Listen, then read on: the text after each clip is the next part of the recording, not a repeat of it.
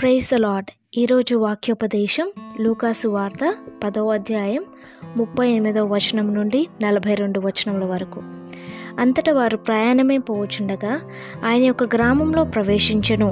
Martha అను ఒక స్త్రీ ఆయనను తన ఇంట చేర్చుకొనెను. ఆమెకు మరియా అను సహోదరి ఉండెను. ఈమె యేసు పాదాల యొద్ద కూర్చుండి ఆయన బోధ వినుచుండెను. మార్తా విస్తారమైన పని పెట్టుకున్నట చేత తొందరపడి ఆయన యొద్దకు వచ్చి, ప్రభువా, నేను ఒంటరిగా పనిచేయటకు నా సహోదరిని నన్ను విడిచిపెట్టినందున నీకు చింతలేదా? నాకు సహాయము చేయమని ఆమెతో చెప్పమనెను. అందుకు ప్రభువు, మార్తా మార్తా, నీవు అనేకమైన పనులను గూర్చి విచారం కలిగి తొందరపడుచున్నావు, కానీ అవసరమైనది ఒకటే.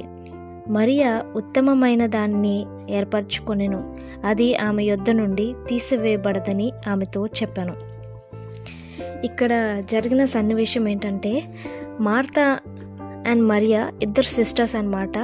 వీళ్ళు యేసయ్యని ఇన్వైట్ చేయడం జరుగుతుంది. వీళ్ళిద్దరిలో ఉన్న వ్యత్యాసం ఏంటంటే, ఇద్దరికి యేసయ్య అంటే చాలా ఇష్టం, చాలా ప్రేమిస్తున్నారు అండ్ యేసయ్య వాక్యం వినడానికి చాలా ఆసక్తి కలిగి ఉన్నారు. అయితే మార్తా మాత్రం చాలా పని పెట్టుకున్నందువలన తను యేసయ్య మాటలు తర్వాత విందాం, ఫస్ట్ నా పని నేను కంప్లీట్ చేసేసుకున్నాక నేను యేసయ్య మాటలు విందాం అని అనుకుంది. తప్పులేదు, ఆమె అనుకోవడంలో కూడా తప్పులేదు. మనం కూడా అంతే కదా, ఇహపరమైన ఆలోచనలు, ఇహపరమైన పనులు ఫస్ట్ చేసేసుకుందాం, తర్వాత యేసయ్య దగ్గరికి వెళ్దాం, లేకపోతే తర్వాత చర్చికి వెళ్దాం, ఫస్ట్ మనవి తర్వాత దేవుడు అని మనం అనుకుంటాం కదా. ఎంతమంది మార్తాలా మనం ఉన్నాము ఒక్కసారి ఆలోచించుకుందాం. మరి మరియా ఏం చేసిందంటే ఆయన పాదాల యొద్ద కూర్చుండి ఆయన వాక్యాన్ని వింటుందంట.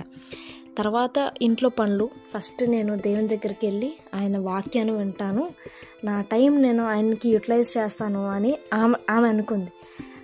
నేను ఇలా చెప్పంగానే మీరు అనుకోవచ్చు, ఇంట్లో పనులన్నీ వదిలేసుకొని దేవుడే నాకు ముఖ్యం అని చెప్పేసి నేను వాక్యం ప్రార్థన చేసుకుంటే సరిపోతుందా అంటే కాదు. ప్రతిదానికి ఒక సమయం కలదు. ఫస్ట్ మనకి టైం కేటాయించాల్సిన టైం మన ఫ్యామిలీకి ఇచ్చేయాలి. ఇప్పుడు ఫర్ ఎగ్జాంపుల్ 10 o'clockకి చర్చ్ అంటే 9 o'clockకే మన వర్క్స్ అన్నీ ఫినిష్ చేసుకొని 10 అంటే 10 sharpకి మనం దేవుని మందిరంలో ఉండడానికి సిద్ధపాటు కలిగిన ఆత్మల వల్లే మనం ఉండాలి.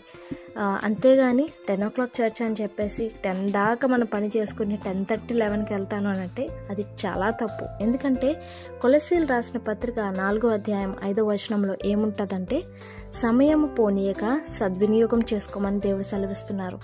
ఈరోజు మనకి టైం ఉంది, రేపు మనకి టైమే ఉండకపోవచ్చు. ఈరోజు మన చేతిలో బైబిల్ ఉంది, చక్కగా చదువుకోవడానికి, ప్రార్థించుకోవడానికి మనకి మంచి ఇల్లు ఉంది. రేపొద్దున మనకి ఇలాంటి సిచ్యువేషన్ రాకపోయి ఉండొచ్చు. లేదా మన చేతిలో ఉన్న బైబిల్ తీసేసి ఎవరైనా ఏదైనా చేయొచ్చు, ఏదైనా జరుగుతుంది. ఎందుకంటే మనం అంత్య దినాల్లో ఉన్నాం. ఏ రోజు ఏం సంభవిస్తుందో ఎవ్వరికీ తెలియదు. కాబట్టి మనకున్న సమయాన్ని మనం సద్వినియోగం చేసుకుందాం. ఈ మార్తా మరియల వలె మనం ఎవరికి ప్రయారిటీ ఇస్తున్నామో ఒక్కసారి ఆలోచించుకోండి. మరియ చేసింది చాలా ఉత్తమమైనది అని దేవుడే సెలవిస్తున్నారు. మరి మనకున్న ప్రయారిటీస్లో దేవుడిని ఏ లిస్ట్లో ఉంచాము అంటే 1, 2, 3 హిట్ లిస్ట్ అంటారు కదా. మరి దేవుడు మన ప్రయారిటీ లిస్ట్లో ఏ నెంబర్లో ఉన్నారు ఒకసారి ఆలోచించుకోండి. మనం దేవుని యొక్క వాక్యాన్ని నిర్లక్ష్యం చేసుకుని మనకున్న పనులు మీద శ్రద్ధ వహిస్తున్నామా, లేదా ఇప్పుడు కాదు మరి ఎప్పుడైనా అని దేవుని యొక్క సమయాన్ని పోస్ట్పోన్ చేసుకుంటున్నామా? మనం వేటిపైన మనసు పెడుతున్నామో అన్నది మనం ఒకసారి ప్రశ్నించుకోవాలి.